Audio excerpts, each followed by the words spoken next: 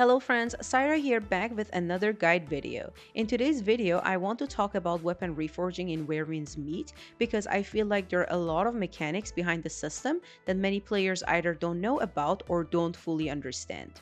A lot of people look at reforging and think it's simply about rolling over and over until you get lucky. But there is actually a lot more to the system than that, and understanding how it works can make a big difference in how you approach your reforges and how many resources you end up spending. For this video, I'm going to use my fan as an example. I'll first show you the reforging process, and afterward, we'll go through the mechanics behind the system and I'll explain how I personally approach reforging. I also want to make it clear that this is a way I personally use. It doesn't mean this is a guaranteed method or that you'll get the same results every time. At the end of the day, RNG is RNG.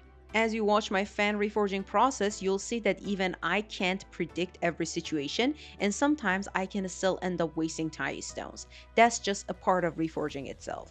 What I'm showing you is simply the approach that has worked for me, while also explaining the main mechanics behind the system so you know exactly what you're getting yourself into before you start reforging your own weapon. So with that said, let's start with the fan reforge.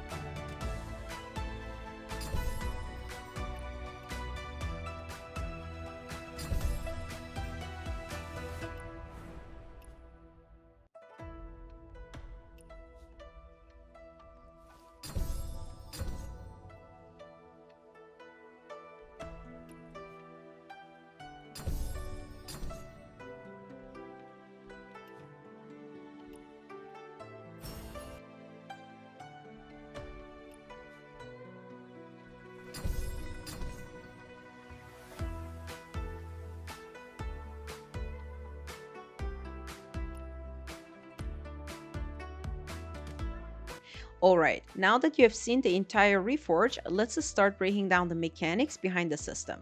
The first thing you need to understand is how the 5 Reforge slots work. There are 5 different slots that you can unlock as you progress through the reforging, and each slot has its own separate pity counter. So when I'm reforging, I don't just keep track of how many times I have rolled in total, I also keep track of how many rolls each individual slot has gone without hitting gold or pity. For example, let's say I have rolled 70 times in total. That doesn't mean every slot is automatically at 70 pity. One slot might be at 52 pity, another one might be at 27, and another might have already hit gold once and be sitting at 15 pity again. And this is actually what happened during my fan reforge, which is why I was keeping track of each slot separately throughout the process. And this is really important because whenever one of your slots hits gold, only that specific slot's pity resets. The other slots keep their current pity. This is why when I'm reforging, I keep a separate counter for each slot. So to put it simply, once a slot unlocks, I start counting the pity for that slot from 1. Every time I roll, I increase that counter. Whenever that specific slot hits gold, I reset the counter and start counting from 1 again. I personally count from 1, although you might see other people counting from 0.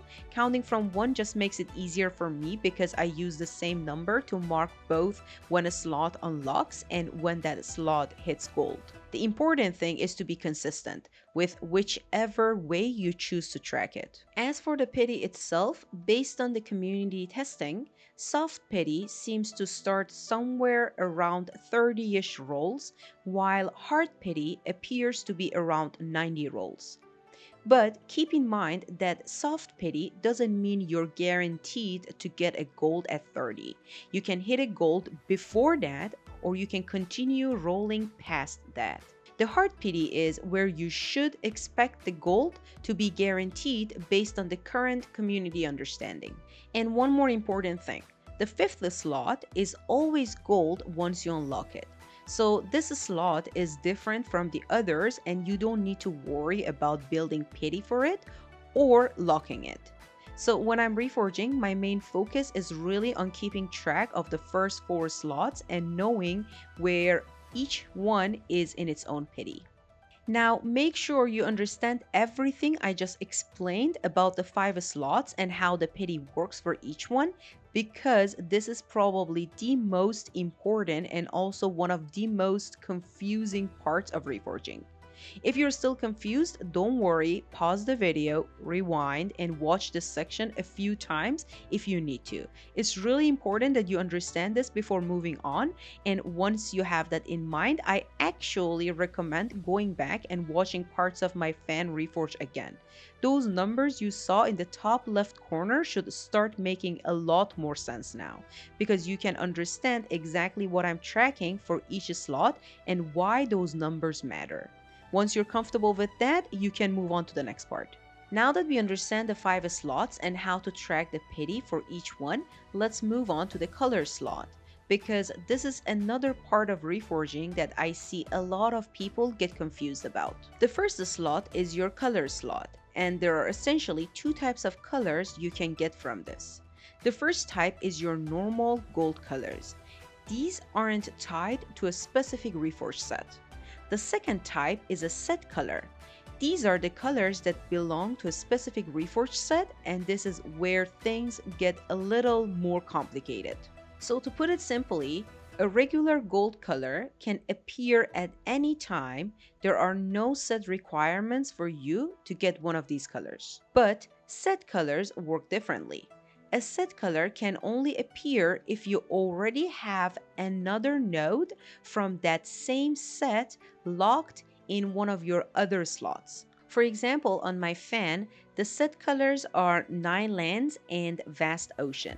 If I want the vast ocean color to appear in my first slot, I need to have another vast ocean node from the same set locked in one of my other slots. If I don't have a vast ocean node locked anywhere else, I can keep rolling that first color slot, but I will not get the vast ocean color by itself.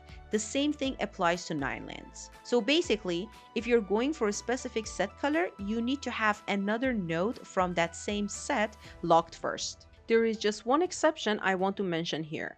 You can sometimes roll 2 gold results at the same time on 2 different slots, and both of those results can belong to the same set. In that case, you can get the set node and its corresponding set color at the same time, even though you didn't already have that set node locked beforehand. So for example, you could roll a vast ocean node on one slot and a vast ocean color on the color slot at the exact same time. This is the exception to the rule I just explained. But outside of that situation, if you want a specific set color to appear by itself, you need to have another node from that same set locked in another slot. Now let's talk about locking, because this is another really important part of reforging, especially if you're trying to save Taiyi stones.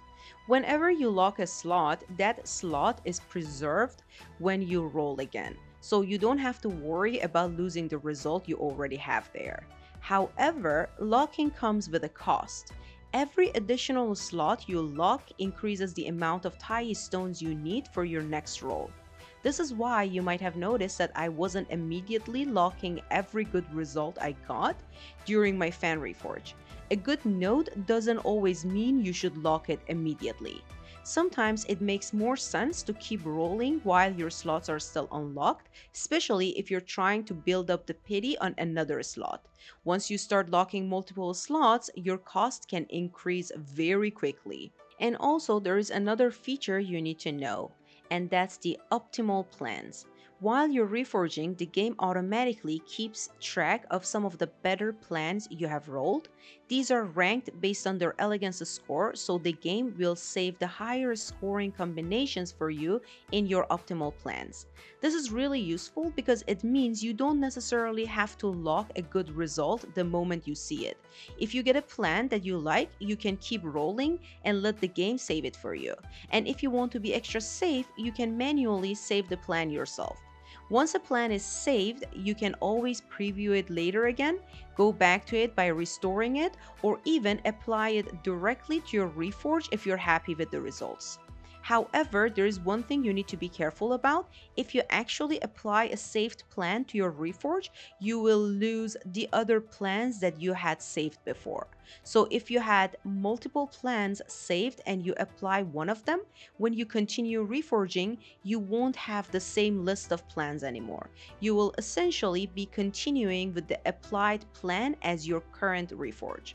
Because of this, I personally don't rush to apply a plan just because it looks good. If I am still trying to improve my reforge, I'll keep the plan saved and continue rolling while I have the option to come back to it. Now that you understand how pity works for each individual slot, how locking affects your cost, and how you can save your better plans, we can finally talk about what we call fail stacking. Fail stacking is basically using the pity you have already built up on one slot to help you decide when to lock another slot. Let's say I'm reforging and my S3 here is already at 19 pity. At the same time, I have a result on S2 that I really want to keep. Normally, I could just lock S2 right away, but remember, locking another slot increases the cost of my next rolls. So instead, I might keep rolling while my S3 is still sitting at 19 pity and continuing to build. If I get S3 closer to around 30 pity, that's when I might decide to lock S2 and continue rolling. So basically, I'm letting one slot build up its pity first while delaying the lock on another slot. That's what we mean by fail stacking. From my experience and most of my friends who reforge, we usually aim for around 30 pity before taking this risk and locking another node. The reason is simply because that's around where soft pity seems to start. But I want to make this very clear. 30 is not a guaranteed number. Everything is still RNG. You also have to look at how your pity has been behaving. Are your slots hitting gold early, or have you been going deep into pity? And as you saw in my own Reforge, even I failed my fail stacking and couldn't predict what was going to happen. So you can't just say I'm at 30, so I'm guaranteed to get a gold. That's not how it works. The reason people use 30 as a reference is because of soft pity. But even soft pity doesn't guarantee that you're going to hit gold right away. So when you're deciding when to lock, there isn't one magical number I can give you. You have to look at the situation on your own slots and decide how much risk you're willing to take. So once again, there is no guarantee that the slot will hit gold around 30. It could hit gold much earlier, or it could go much further. I always make my decisions based on the pity of my other slots at that moment, and I only take the risk if I know I can afford it, even if the fail stacking doesn't work out. So before I finish, there's a few things I want to mention if you're planning to reforge your own weapon. First, you don't have to finish your entire reforging in one sitting. If you're running low on Taiyi stones, or you're just not getting the results you're looking for, there's nothing wrong with stopping and coming back later. And don't worry about losing your progress. As long as you don't apply the reforge to your weapon, your saved plans and your current reforge will remain as you left them, so you can come back later and continue exactly where you stopped. Even if you apply your reforge to your weapon, when you come back to work on it again, it will stay exactly as you applied it, so you can continue building from there. The only thing to keep in mind is that, as I mentioned earlier, applying a reforge will remove the other optimal plans you had saved. So if you have multiple plans you want to keep, it's better to not apply your reforge right away. There's also something I've heard people talk about in the community, and that's to take a break for a few hours if you've been continuously missing your gold and you wish your RNG to reset or change. Now, I haven't seen enough evidence to say that this is actually a mechanic, so I wouldn't rely on it or treat it as it's a confirmed fact, but you've been rolling for a long time without getting what you want. Taking a break is probably better than continuing to burn through all your Taiyi stones. So if your rolls aren't going the way you want them to go, don't be afraid to walk away and come back another time. Your reforge doesn't have to be finished today. And finally, if you're planning to reforge your own weapon, here is my biggest piece of advice. If you're on a tight budget, don't feel like you have to chase 5 golds. Honestly, even getting 3 to 4 good gold nodes can give you a really beautiful result. It's when you start chasing that 5th gold that things can get extremely expensive, because you're trying to perfect that last remaining slot. So if you want a really good reforge without potentially spending thousands, I recommend deciding on a few colors that you would be happy with before you start. Don't limit yourself to one single color that you absolutely have to get. And especially if the color you're chasing isn't part of a set, it can be extremely RNG and difficult to get exactly what you want. Being a little bit more flexible with your choices can save you a huge amount of Taiyi stones. Most importantly, try to be satisfied with a good result. Don't let the fact that you don't have the absolute perfect reforge make you keep spending more and more just to chase that last gold or one specific color. And finally, I want to mention this again. At the end of the day, reforging is still RNG. Everything I've shown you in this video is simply the approach that has worked for me. Hopefully, understanding these mechanics helps you make better decisions with your Taiyi stones, and most importantly, helps you avoid spending more than you're comfortable with. And that's it for this video, guys. Thank you for watching this video. See you next time.